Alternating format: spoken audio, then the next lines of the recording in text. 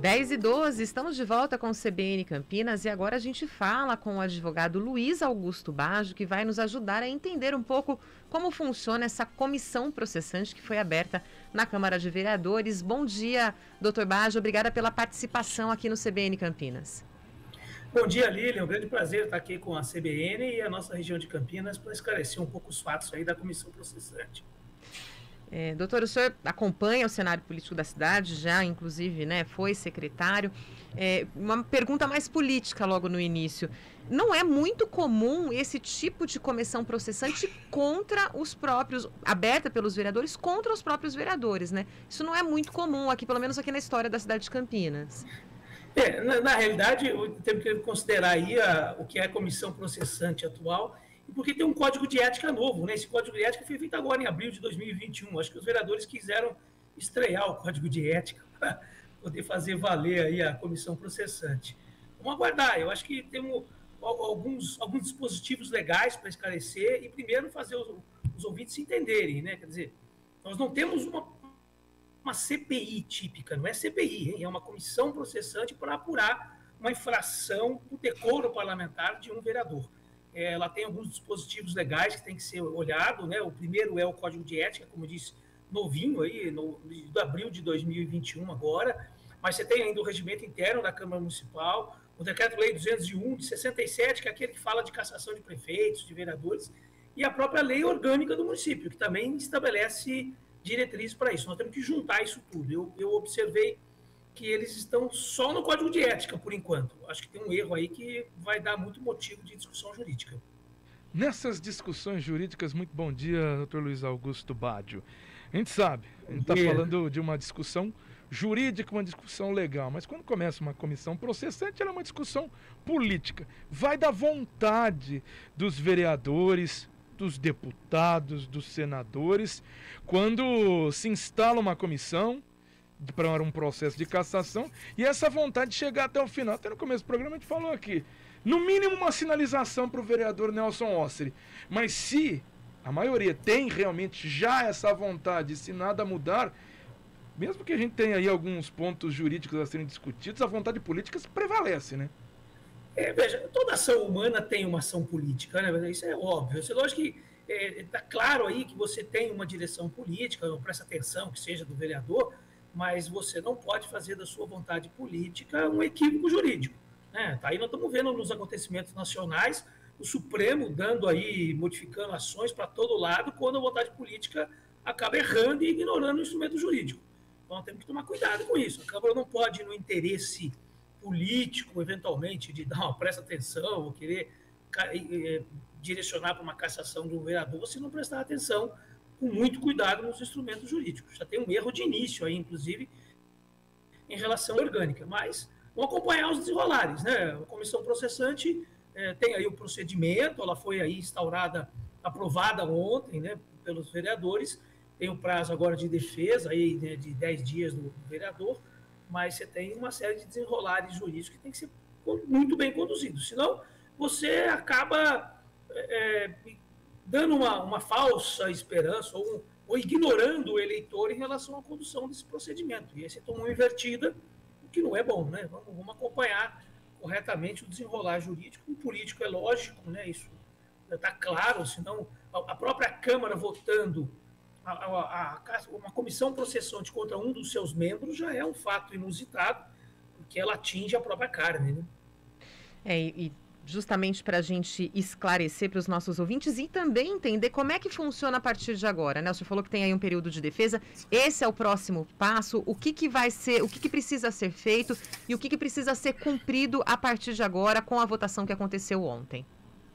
A partir dessa votação, eles estão seguindo claramente, aí, pelo que eu entendi, o Decreto-Lei 201, que é repetido no Código de Ética, né? O vereador é intimado, ele tem 10 dias para apresentar a sua defesa, ele pode arrolar até 10 testemunhas que devem ser ouvidos, e aí depois a presidência da comissão, que foi formada, né, foi sorteado lá 3 vereadores, o relator inclusive, eles também vão destinar a oitiva, né, vão ouvir essas testemunhas e as próprias testemunhas da comissão também, né, de outros que foi instaurado. E aí isso vai até um parecer final, que vai ser contraditado em plenário, tem a oportunidade de defesa até de razões finais aí do próprio vereador, para então ser decidida no final se é cassação dos vereadores por 2/3 da Câmara. 2/3, hein? Não é um voto só por maioria simples, não. Observe que o processo foi aberto já com pedido de cassação, quando, na realidade, uma infração político-administrativa ela poderia ser aberta na corregedoria, por exemplo, uma suspensão, uma advertência. Veja que já tem aí uma direção clara, né? Foi aberto para cassação, um processo de cassação de mandato, bem específico, tem um objeto claro aí de cassação de mandato. Esse eu acho que é o primeiro equívoco dela, mas vamos aguardar os desenrolares. O senhor fala de um erro de início, seria esse o erro de início ou tem alguns outros que o senhor pode trazer aqui para a gente? E eu coloco um outro ponto também, a relatoria está com a vereadora Paola Miguel, justamente a que foi envolvida nisso tudo, né? Durante toda aquela sessão ultrajante na Câmara de Campinas, ela foi a atacada. Seria também, assim, estranho ter ela como relatora, sendo que ela está tão envolvida nisso? Pode haver uma causa de impedimento aí, né? Isso, veja, a razão da denúncia ela foi feita por eleitores, ela não foi feita pela Câmara. Esse é o primeiro equívoco, ela foi feita só por eleitores. Cassação de mandato, a lei orgânica prevê a mesa ou o partido político, não prevê eleitores, ou seja, quem prevê isso é o Decreto-Lei 201, mas a lei orgânica tem uma previsão própria para a cassação de mandato de vereadores. Então, o primeiro problema. O segundo, o fato de, eventualmente, ela estar como relatora da comissão, e se houver um objeto específico em relação a ela, nós vamos saber isso na apuração dos fatos aí, né? Pode criar um impedimento, né? Ela estando como acusadora ou relatora do processo de acusação.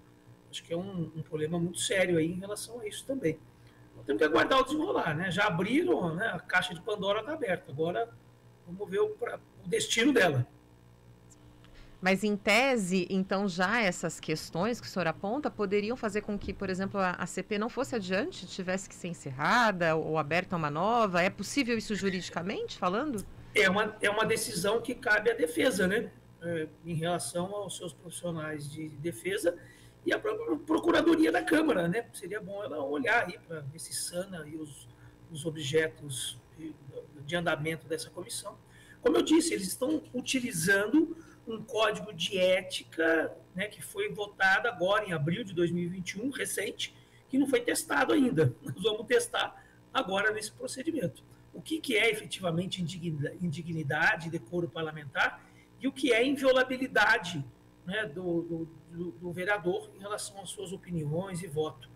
Isso tem que ser apurado, né, porque o próprio vereador, lógico, ele tem o direito de manifestação. Até que ponto isso foi um abuso, até que ponto isso realmente impediu os trabalhos parlamentares e até que ponto isso é apenas a inviolabilidade do direito de exercer o parlamento. Veja que quando o vereador está lá, ele representa uma causa, representa um certo segmento e ele briga, ele reclama, né? Então, até que ponto isso é a sua defesa e até que ponto isso é excesso ou abuso em relação à ação parlamentar.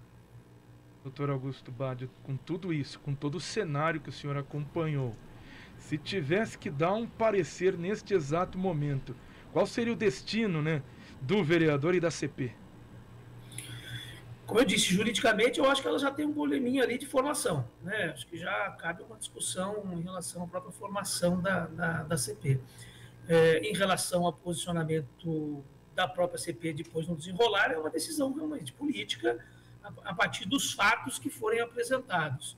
Mas, juridicamente, eu acho que tem um problema já de início a ser sanado. Essa CP, em tese, ela está baseada, né, no artigo 6º lá do Código de Ética, que fala justamente sobre os direitos e deveres dos vereadores. Porque, ao que é apontado, o vereador Nelson Rossi ele teria faltado aí com o decoro e a dignidade da Câmara. Por que é importante haver esse código de ética e o respeito a essas normas diante da população? Eu acho que isso é exatamente para limitar o que vem a ser a inviolabilidade do direito de opinião, de ação do vereador, e o que é efetivamente um abuso, né? Eu acho que isso é saudável. Quando você estabelece um código de ética, a própria casa se autorregula, dizer, gente, ó, no nosso limite, né, nós somos vereadores, temos mandatos, temos o nosso poder aqui em relação à ação legislativa, contudo, ele tem que ser exercido dentro de um limite ético aceitável. E eu acho que ali é a ideia do código de ética estabelecido, como eu disse recentemente. Até para poder, com base nele, você usar o Decreto-Lei 201, usar o regimento interno, no que se refere à cassação do mandato, dizer o que é exagero, o que é punível. Né? Porque quando a gente pensa em punição, não é exclusivamente a cassação de mandato. Né? Você pode ter a suspensão, você pode ter outras categorias que até o Código de Ética acabou nem prevendo. Mas delimitar a ação parlamentar nos exageros na condução da ação política. Né? Acho que é importante a população saber disso, né? O que se torna um exagero e o que é a ação legítima do parlamentar. Eu entendo que quando um parlamentar, legitimamente, né, na República, na questão democrática, ele se manifesta, ele defende uma área, ele defende, seja o A, B ou C da posição dele. Ele tem o direito de fazer, ele tem o dever de fazer, inclusive. Né? Você está defendendo ali os aposentados, você está defendendo uma classe trabalhadora, você está defendendo uma questão ambiental, você está defendendo uma questão de direita ou de esquerda. Ele tem que se manifestar. É para isso que ele está lá eleito. E ele o faz de forma, às vezes, enérgica, ele o faz de forma veemente, ele defende, mas ele não pode cometer abusos. Né? Os abusos contra a própria democracia. E aí nós estamos vendo isso aí no STF hoje, vários, né? Você tem aí parlamentares presos por conta de excesso na ação parlamentar na defesa dos interesses, ainda que ele entenda como legítimos, mas irregulares.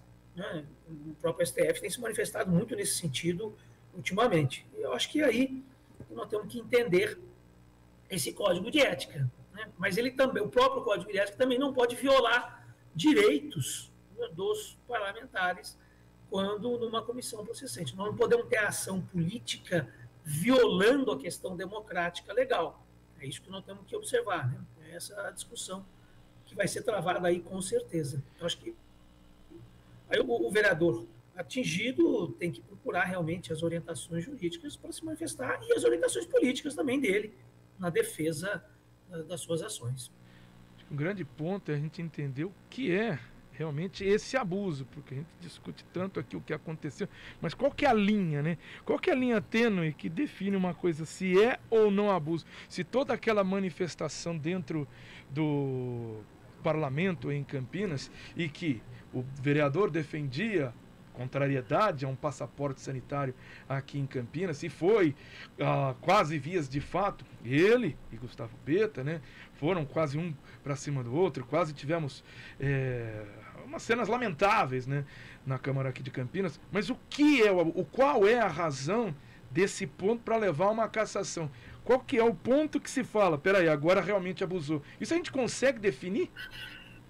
O Supremo já se manifestou algumas vezes do que seria a inviolabilidade das suas palavras, opiniões e votos em relação ao parlamentar. Quer dizer, se eu estou fazendo uma defesa, estou fazendo aqui a defesa da liberação das drogas, eu estou fazendo apologia de um crime, em tese, se eu sou um cidadão comum e o faço, sim, porque o consumo de entorpecentes é crime.